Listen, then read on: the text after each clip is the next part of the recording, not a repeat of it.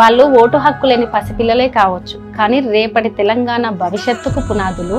పేద బడుగు బలహీన వర్గాలకు చెందిన పిల్లల చదువులకు గురుకులాలు అనేవి ఒక ఆశాదీపం లాగా ఉంటుండే.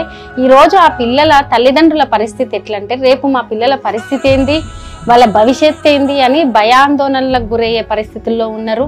సంగారెడ్డి, ఆదిలాబాద్, భువనగిరి, జడ్చెల్ల, గద్వాల్, కొడంగల్ ఇలా ఎక్కడ చూసినా పిల్లలు అస్వస్థకు గురి కావడము, మృతి చెందడము, పెద్దాపూర్లో పాము కాటుకి గురి కావడం, ఇలా చెప్పుకుంటూ పోతే అనేక సంఘటనలు.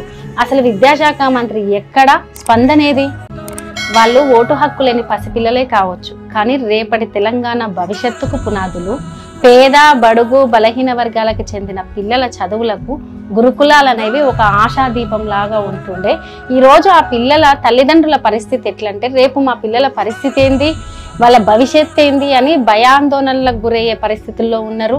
సంగారెడ్డి, ఆదిలాబాద్, భువనగిరి, జడ్చెల్ల, గద్వాల్, కొడంగల్ ఇలా ఎక్కడ చూసినా పిల్లలు అస్వస్థకు గురి కావడము, మృతి చెందడము, పెద్దాపూర్లో పాము కాటుకి గురి కావడం, ఇలా చెప్పుకుంటూ పోతే అనేక సంఘటనలు.